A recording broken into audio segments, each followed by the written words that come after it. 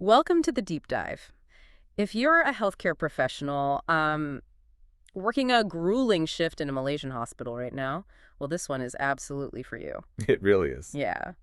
Today, we are exploring a brilliant book called Jom Mindfulness Jim Now W by a Malaysian psychiatrist, Dr. Feng Cheng Kar.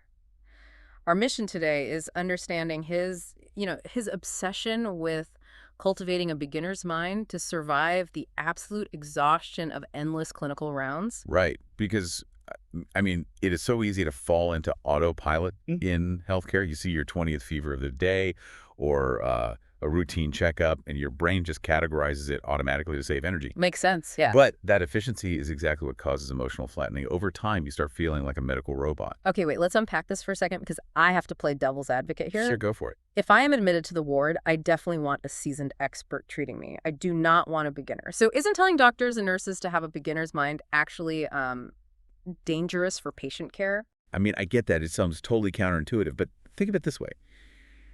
Dr. Fang isn't telling you to forget your medical degree or ignore your clinical protocol. Right, you still need to know what you're doing. Exactly. The hidden danger of expertise is actually that, well, your brain gets so used to the patterns, it stops paying attention to the details. Oh, I see. Yeah, so a beginner's mind means keeping your expertise active. You approach a routine case with, childlike curiosity. That way you actually see the unique, fearful human being in front of you, rather than just a set of symptoms you've seen 100 times. So you aren't ignoring the diagnosis, you are just preventing your brain from making lazy automatic assumptions. Yes, precisely. But practically speaking, how do you actually do this on a chaotic 12-hour shift? Well, Dr. Fang suggests very simple pattern interruptions. For example, just sitting in a different chair during your morning handover. Wait, sitting in a different chair? Yeah, or taking a completely new staircase to the ward. He even recommends something called mindful photography. Okay, what is that? It's where you take out your phone, and instead of scrolling through messages, you snap a photo of the sunlight hitting the hospital corridor, or maybe a tree outside the clinic. I can hear our listeners rolling their eyes right now. If I'm exhausted and overworked, how does changing my chair or, looking at sunlight actually stop burnout? It's because of how our neurology works. When you do the exact same physical routine every day, your brain essentially goes to sleep to conserve energy. Right, which is that emotional numbness you feel. Exactly. By changing a physical habit, even just walking a different route, you literally force your brain to wake up and process new information.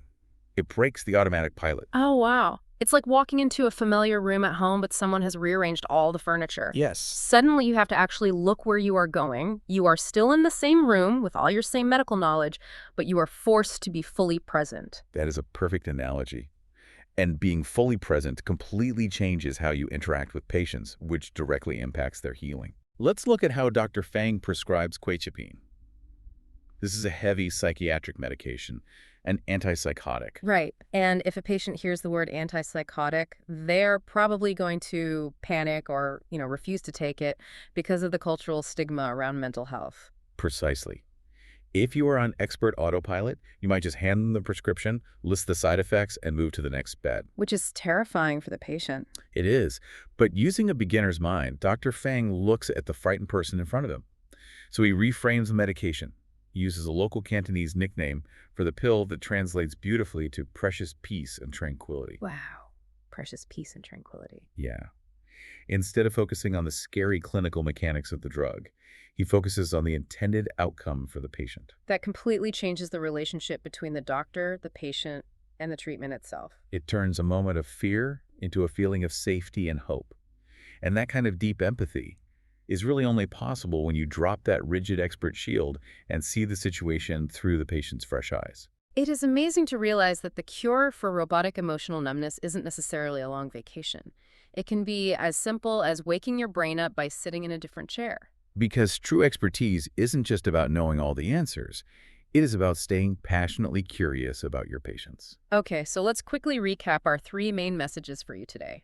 Number 1, endless routine causes emotional numbness, but a beginner's mind restores your joy. Number 2, looking at familiar situations with fresh eyes deepens your connection with your patients. And 3, true expertise actually requires staying passionately curious. Absolutely. So, here is your call to action for your next shift. Change one tiny routine, walk a different route, sit in a new chair, just force your brain to notice the present moment. It really works. It does. And that leaves us with one final question for you to think about today. If a simple pattern interrupt can completely transform a grueling hospital shift, what relationships in your personal life have you put on autopilot? Oh, that's a tough one. Right. What would happen if you looked at them with a beginner's mind today? Thanks for exploring this deep dive with us.